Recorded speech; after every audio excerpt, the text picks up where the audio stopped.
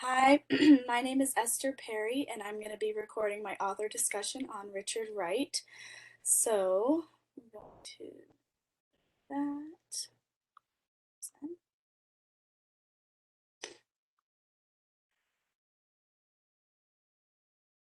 All right, so who was Richard Wright?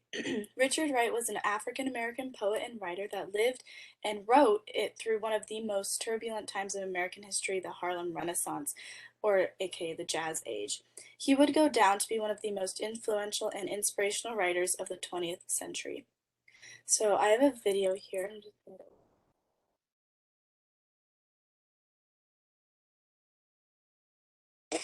who who made me conscious of the need to struggle. You understand what I mean? Even though later I come up and say, well, man, I don't agree with that. I don't agree with that. Still, in the sense of him describing and analyzing the whole existence of black people as an oppressed nation, that's priceless.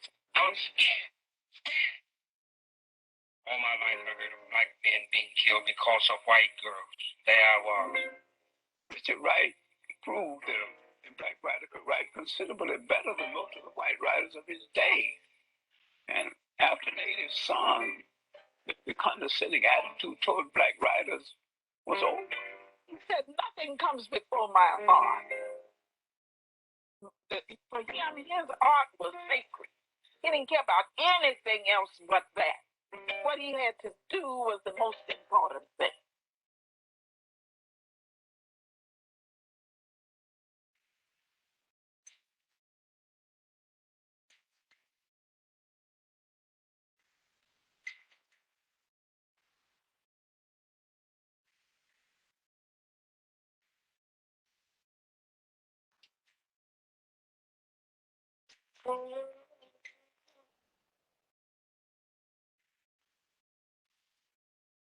Few people, I think, can imagine what it had to be like to live under conditions of not only repression, tremendous racist discrimination, but no outlet for talking about it, for seeing a way of changing. In the early 1940s, I would say that most white Americans never thought about blacks. They never thought about blacks except maybe as maids and quarters. And there was no consciousness of all of what was going on in the country. There had been objects, there had been photographs, there had been images, there had been simply voiceless. White people only knew black people in certain kinds of movies and films. It was black musicals, it was Shuffle Along, the comic routines, it was the wonderful jazz music, of course. What people talk about in terms of the Harlem Renaissance, the Jazz Age. All of that was part of or created an imagery of black people that Wright had to transform. The problem that Wright understood is that black men have to deal with tremendous problems every day of their lives, and yet nobody understands that. And if you don't understand those problems, you can't have any sympathy. So what he wants us to do is to shock us into recognition. Bigger.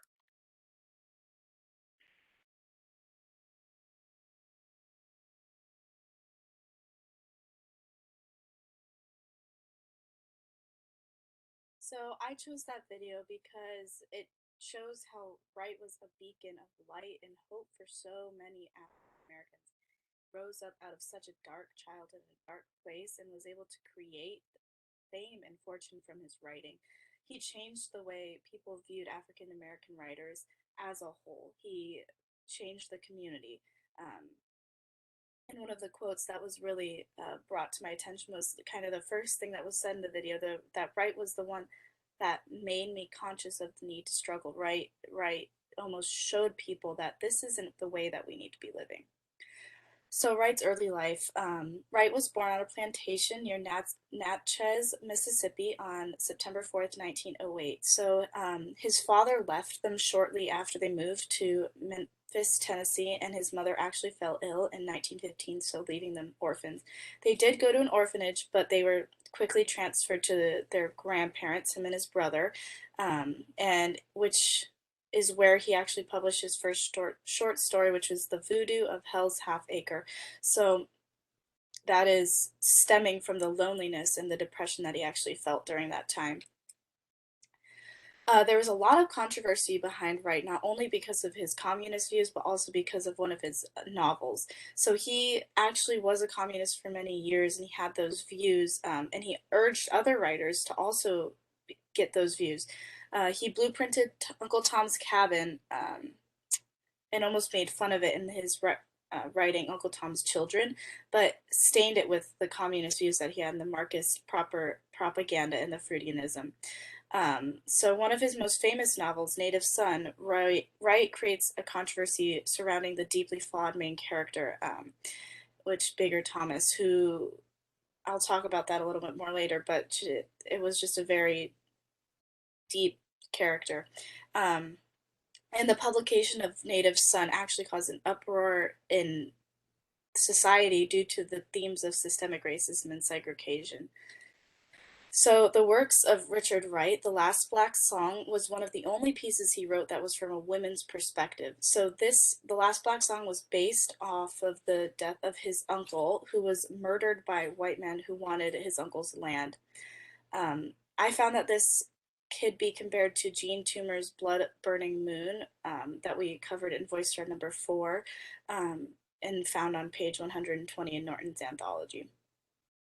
Native Son was published in 1940 and one of his most famous pieces of fictional literature. So he wanted to make a more fearful, violent, horrific novel, which he did, and less soppy. He thought his Uncle Tom's Children was way too soppy, and so he wanted to kind of bring the fear and violence into his novels, which he definitely did with Native Son.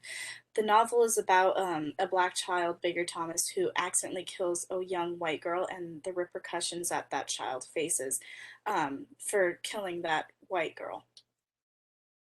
So this is a video of speaking on Wright's impact, and start it from here.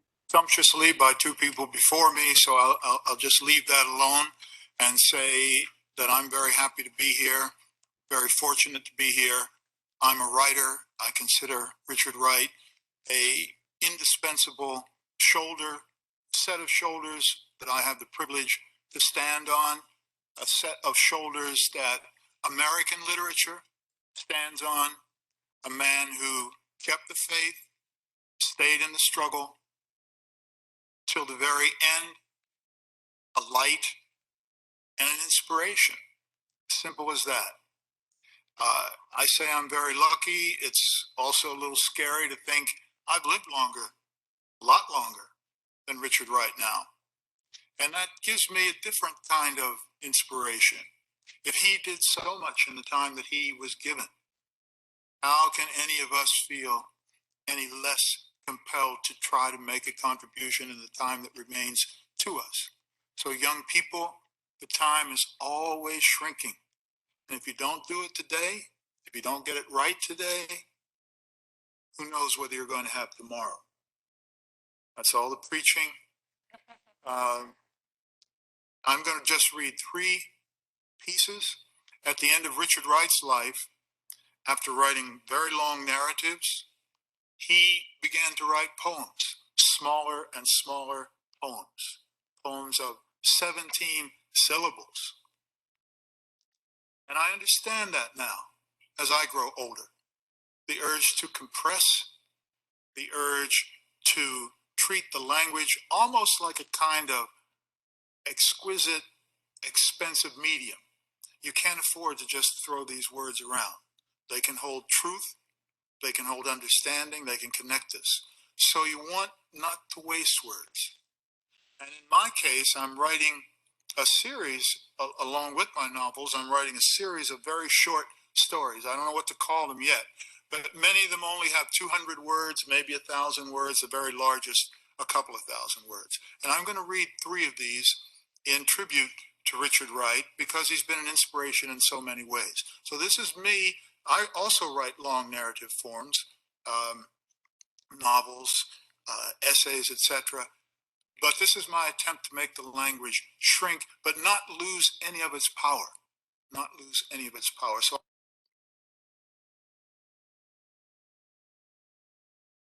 I chose that video of John Weidman speaking on how Richard White impacted so many and gives us inspiration to this day because he did. He was such a light, as Weidman said. He guided writers into how to write, and he even inspired Weidman um, to compress his writing and to make it into short stories, just as Wright did when he got older. So, in honor of him, Weidman did do that. So, in conclusion, Wright's impact on literature was huge. Wright was one of the first African Americans to receive recognition for his literary works. He was also one of the first to achieve fame and fortune and money from his writing. Wright impacted literature not only in his novel, Native Son, but also in all of his works, his other novels, his poetries, um, and short stories. So he impacted not only literature, but also the African American society and culture, and the American society and culture as well. And then here are my works cited. Thank you so much.